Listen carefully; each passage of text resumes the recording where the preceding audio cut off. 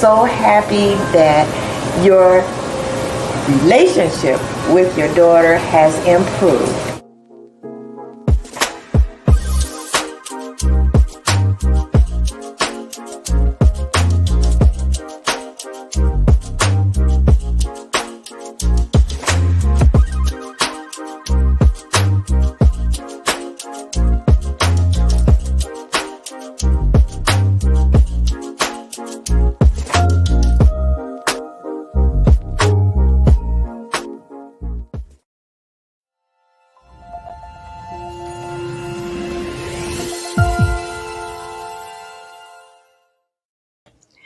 Well, good morning, good afternoon, good evening, wherever you are in the world.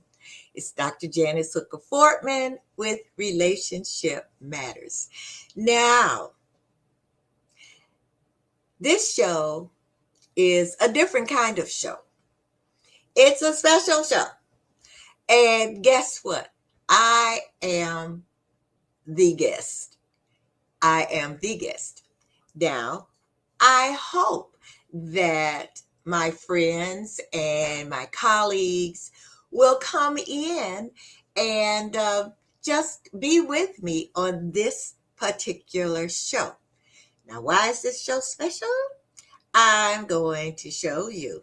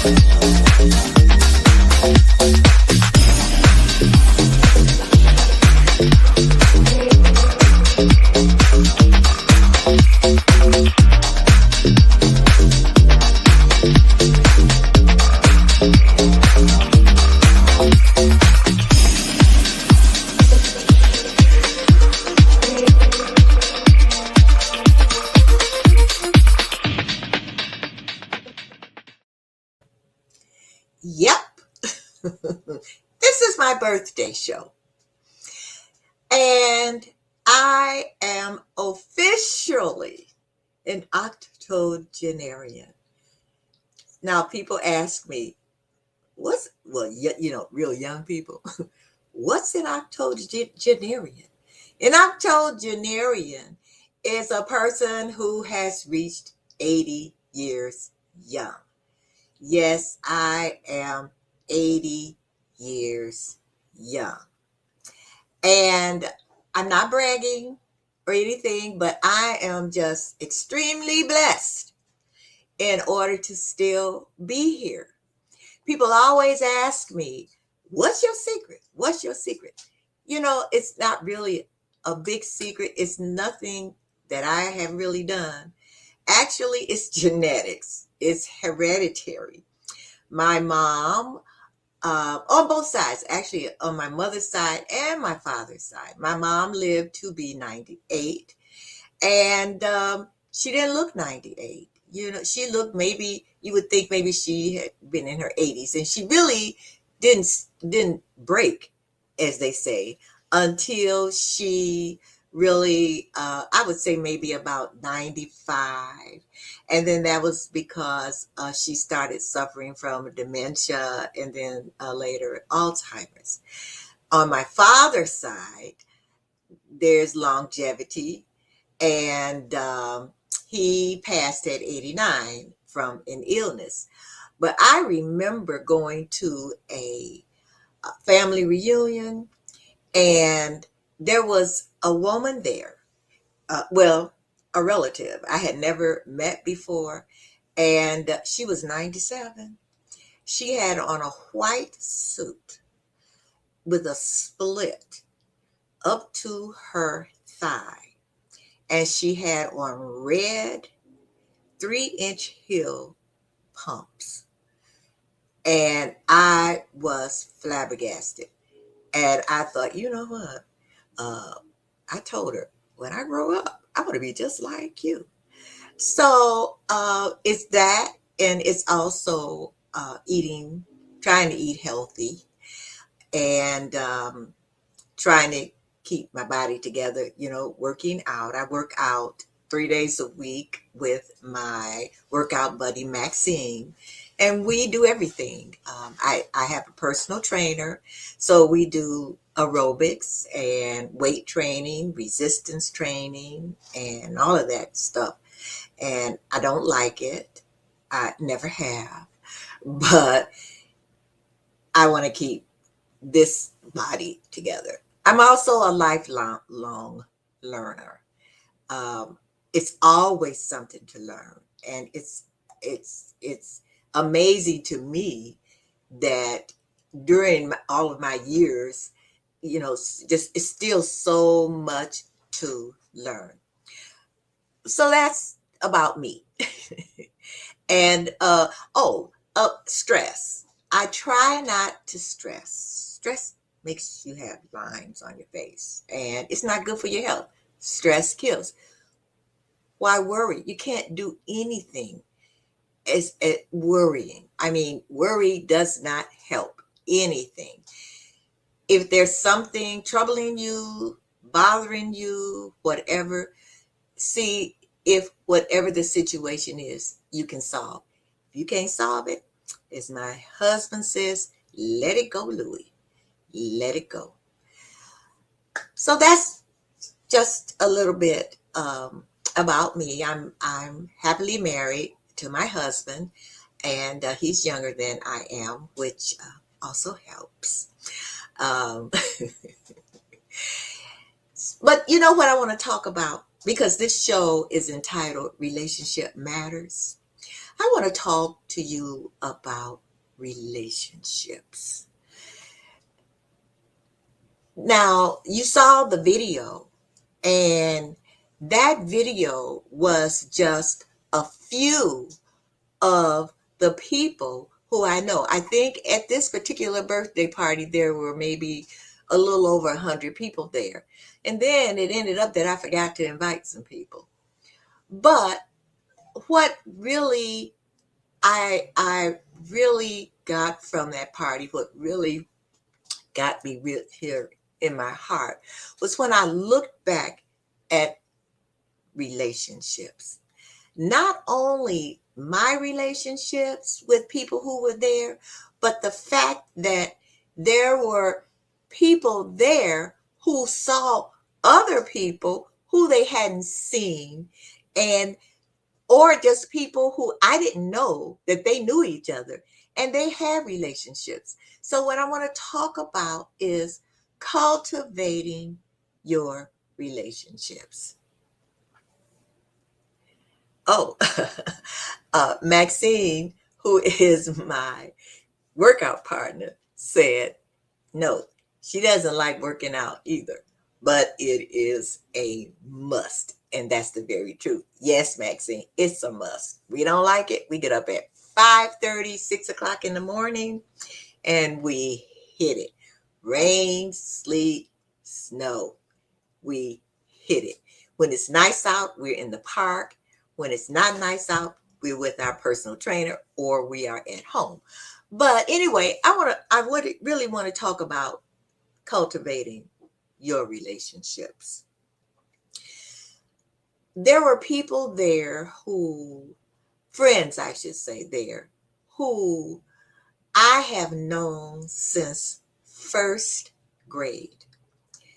There would have been a young lady there that I've known since kindergarten, but she had another commitment. And I started thinking about, why is it that it's a few of us who are still here and we are still friends. Why? Because over the years, we have cultivated our relationships. Over the years, we know and feel that these relationships are magic. These relationships are full of love. And these are relationships that we want to keep and cherish for as long as we live. Now, how do we do that? How do we do that? We meet as often as we can. We socialize as often as we can. We keep up with each other's personal lives. We support each other in whatever endeavors we have. If there's something like a tragic or something negative happening in their lives. Now, I'm not going to say that we don't fall out sometimes, but if we do, if we argue, or let's say we've had bad days, we always come back together because we know how important it is to cultivate, maintain your relationships. So they were there. They were there. And I wish I could find it. I can't find it right now. But one of my friends, I don't see it. I don't know where I put it. Okay. Well, anyway, uh, one of my good friends from way back then. No, that's not it. It's that picture that with me on it that he took time, and I showed it in the video. It's a picture of me at different points in my life. I showed it in my video, and I mean that it took time to make that. It took time to make that. Oh, here it is. Thank you. This is it. I think you can see I put it in front of my face. This is it. You know, and that's a childhood friend. It was from him and his family. That took time. And it just filled my heart that he took the time to do that. And so when I talk about cultivating your relationships, I want you to look back. Do you have friends that you haven't spoken to for a while? Friends that from elementary school or high school you haven't spoken to for a while, and you have their numbers in your phone, or if you're old school, you have a phone book. You know, reach out. Reach out. You'll be surprised. You'll be surprised. I also had friends there from college. And one of the young ladies there, Wilma, is also 80. And Grace, also 80. We were in college together, and I was in Wilma's wedding 60 years ago. Now, we have kept in contact also. And when we were in college, we called ourselves the Black Foxes. I guess because we were black and we thought we were cute. But we've kept in touch over the years. And there was someone else there that I met in college, and that is Jack Robinson. Now, it's a funny story about Jack. Um, I was, we were freshmen in college, and this was this was the September 1959. And I had a crush on Jack's friend, Henry. And they would assign us lockers. And I kept on like, you know, uh, ignoring the fact that I had to get a locker until there were no lockers left. And so what happened? I had to locker with Jack and Henry. That was my way of getting close to Henry. And I hadn't seen Jack for a while. And then one day at church, there was this man, and I was in the choir, and there was this man, and he kept looking at me. I'm like, why is he looking at me? And I didn't pay any attention. And then he said, Travis, which is my maiden name. I turned around and looked. I'm like, Jack. He said, Janice. And we rekindled our relationship. His wife, Flora, was our new minister of music. And I met Flora, and we all three became, well, with Jack, I rekindled the relationship, and with Flora, it was a new relationship that we had until she passed recently. And for, name dropping, their sons, they have two sons. One is Chris Robinson, who's known as Chris Rob. Look him up. He is a world-renowned jazz musician that has played for everybody, including President Obama. Been on all kinds of TV shows and everything. And his son is Craig Robinson, the actor, the comedian, the ones that you see in the pizza commercials and then that game commercial. And so what do? Every Thanksgiving until Flora passed last year and until COVID, we would get together Thanksgiving evening and play cards till 1 or 2 o'clock in the morning, And so it was wonderful to rekindle that relationship all the way from college. So there were other people there. I'm in a Toastmasters group, and I'm going to play the video at the very end so you'll see the different people that I'm talking about.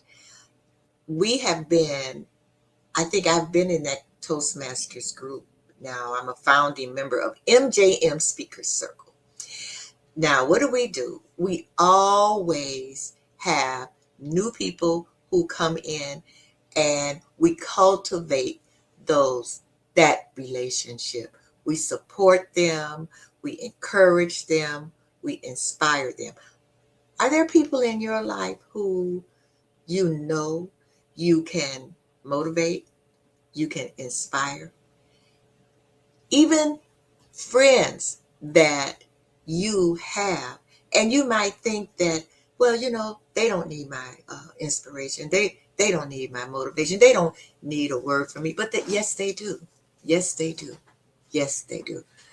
So I look back at my Toastmasters group, and we're all friends. All friends. And then there was another group there, my line dancing group.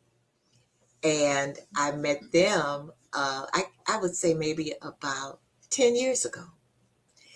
And even though we no longer line dance because of COVID, because we can't really get together, we still relate to each other. We still keep up with each other. We still support each other through different tragedies that have come in all of our lives. And I'm just talking about cultivating. When you cultivate a relationship, when you cultivate anything, first you plant that seed. You plant that seed. Then, of course, you got to water it, and you have to feed it. And it's the same thing with relationships. You have to plant that seed. You have to nourish that relationship.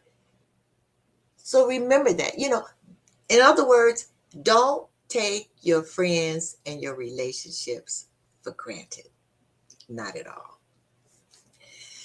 There was a Toastmasters group. There was someone that I met on a cruise, and she's my cruise buddy. And there's a picture of her too. We met on a cruise, and my husband and I uh, um, formed a relationship with she and her husband, and we keep up with each other. We keep up with each other. So there's my Toastmasters group. There's my line dancing group. I cannot forget my South Side Wine Divas. There's a picture of all of them. And I've been in the Southside Wine Divas. Maxine has to, I'm not sure now how many years, but Maxine knows how many years because Maxine brought me in the group. And we keep up with each other. We socialize, we argue because it's a bunch of women, but we keep up with each other and we cultivate those relationships. I can't forget Maxine. I met Maxine, and we decided that we were going to work out together. And we've been doing it ever since. We traveled together. We've been everywhere together. We've been to LA. We went to Amsterdam together. We went to Croatia together. We keep up with each other. We keep up, even though we're workout buddies, we are also friends. And of course, my best friend, Gwen. Now, I met Gwen in the 70s. Oh, yeah. Maxine says, don't forget the alley. Let me tell you about the alley. The alley is in LA. The alley is in the, I would say, in the garment district in LA. And I have a cousin who lives in LA. And she said, wanted to go shopping. She said, I'm going to take you to the alley. We thought, the alley? What the heck is an alley? It's not really an alley. It's a huge shopping district. Now, what do? We shop so much that we had to end up buying luggage to bring the stuff home. So now, whenever we go to LA, what do? We must go to the alley. So any of you ladies out there, if you go to LA, you got to find out where the alley is, and you go there and you shop at the alley.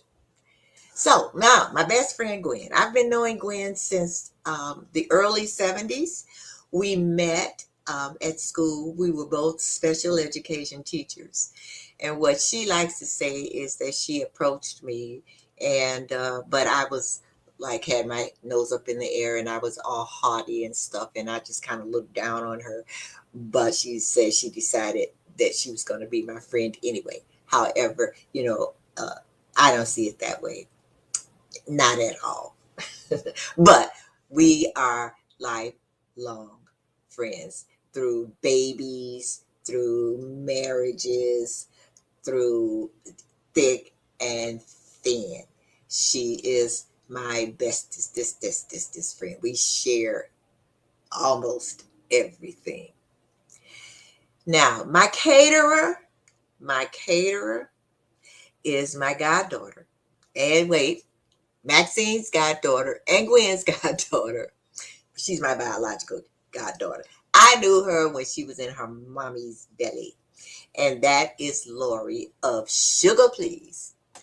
Lori, oh my God. She is one of those creative kinds of caterers who, you like, what did you put in this? It is so delicious. Now, at the birthday party, she made truffles, handmade truffles, and those were the little gifts in the little gold box with the little dots on it. And the food.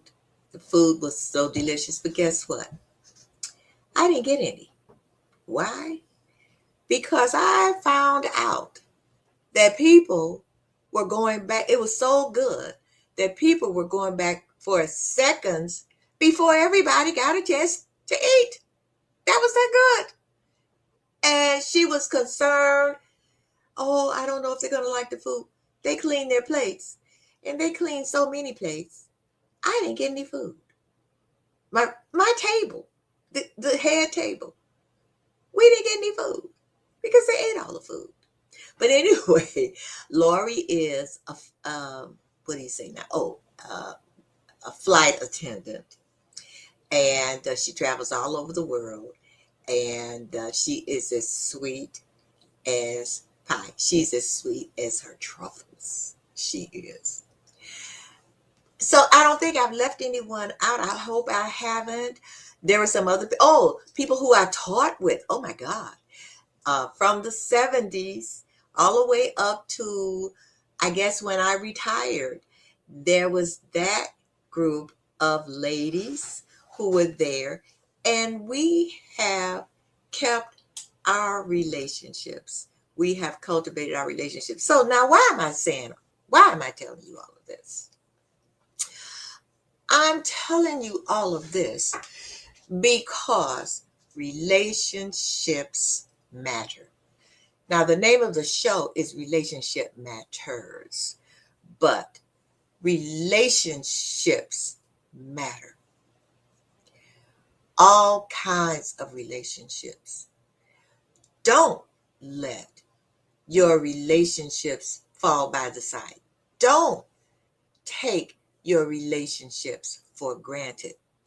Now, one thing I will say about relationships, the only relationships that I would say to you are the ones that you toss aside are toxic relationships. Now, what do I mean by toxic relationships? These are the relationships that are negative as far as you are concerned. These are people who are not supportive. These are people who it seems like they get a kick of tearing you down. These are the relationships.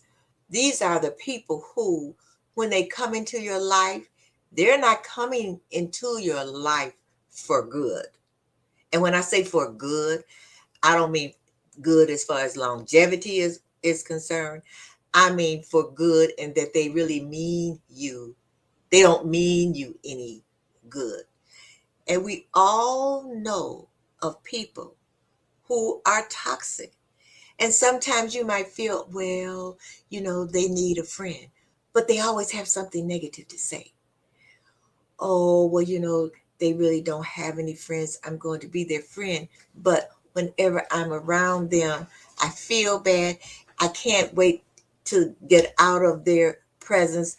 And it's exhausting to be with them.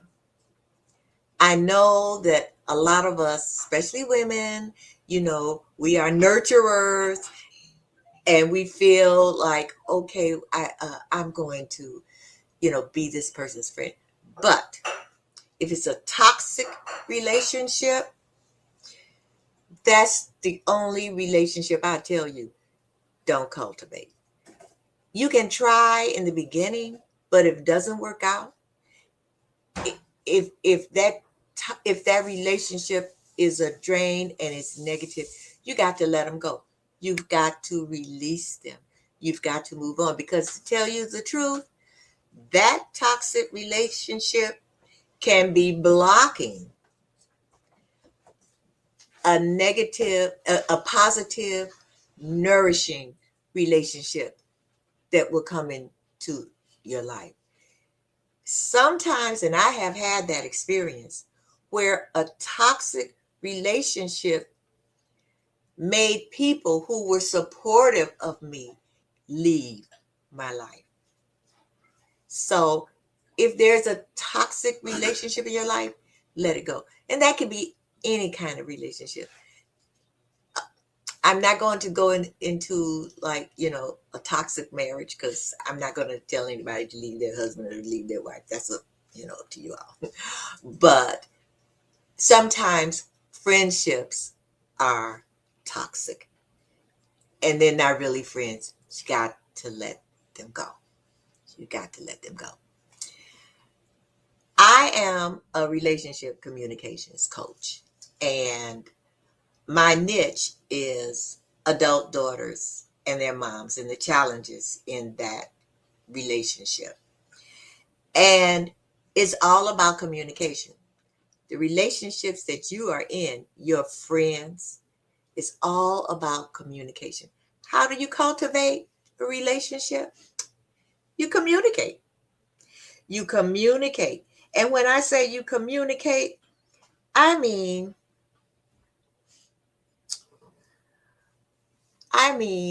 you communicate in all different kinds of ways. And I have people who are sending me stuff via my phone. But you communicate, and you communicate in all kinds of ways. Verbally, you can communicate to them that you care, that you love them. You can communicate to them by showing that you love them in all kinds of ways, by a letter. Well, that's old school. A text. If they're on Facebook, a Facebook message, how are you? So there are all kinds of ways that you can communicate to your friends and cultivate your relationships. Now, there are several people I can see. I don't see your names, but I know you are tuning in. You're listening. Give me a comment. What do you think? What do you think is important in maintaining your relationships? Tell me. Let's see. What is this here on my phone? Let's see what somebody has to say.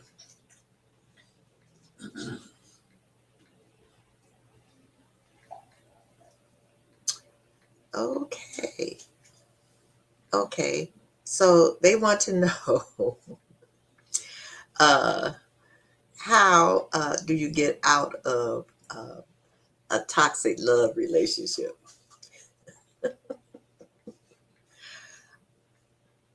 Leave. That's all I can say is leave. I've had several people not several people, but people that have come on my shows that have talked about how they really left toxic relationships. So I would say I'm not the expert on that. So I would say, watch my shows and watch and listen to the experts. Let's see. What else did someone send to me? Now, you're sending it to me on my phone, but it would be great if you would send it to me on my on here. Because then what I have to do is go to my phone and look. Okay. Well, okay. Anyway, that's kind of difficult. Now, someone has asked me to go on break, but I have found with my internet provider that sometimes when I go on break, when I come back, it freezes. So I'm kind of scared to go on break. But do you have any suggestions or any questions about relationships and how to maintain relationships, I have just about, I've said and talked a lot about how I have maintained my relationships. So, how do you cultivate and maintain your relationships? Oh, you know what? I forgot to mention? My church friends. Ooh, Lordy. And I know a couple of them are on. Ooh. You know what? What I found as far as the relationships that I have formed in church, we solidify our relationships actually outside of church because we get to know the person in a different light. And that was something that was kind of amazing to me. So I have to say that those relationships are spiritual but they're also friends. Now, last but not least, my little sister Liz.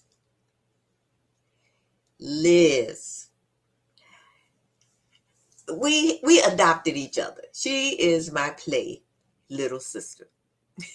We adopted each other. Liz, you can count on Liz. I could call Liz right now. And what time it is? It's 7:42 p.m. Central Time. And I could say, Liz, I need you. I need you to come over right now and help me such and such. Now, Liz will say to me, it's 7:42 p.m. I'm not coming. No. But guess what? My doorbell will ring and it'll be Liz. Liz was a lifesaver at my party. The person who was supposed to help set up couldn't make it because she's down south with her mom and she couldn't get back. Liz came in early, rolled up her sleeves, and helped me to set up that room. She did 1,000. I couldn't have done it all because I was setting up the room myself. I couldn't have done it all without Liz. Liz did everything. I just looked at Liz and I said, okay, Liz, the cake needs to come out of the box. Liz told me, I'm not taking that cake out of that box. She walked away. I'm not taking it. I already got food on my clothes. I'm not taking it. And I'm like, okay. I turned around and looked. The cake was out of the box. Liz she is a good friend. She's also a workout buddy. She gave me the name Herculetta because I could use, I could really lift some weights. But Liz is a special person. I love me some Liz. Also, afterwards and during it, I looked around and my friend Maxine was doing stuff.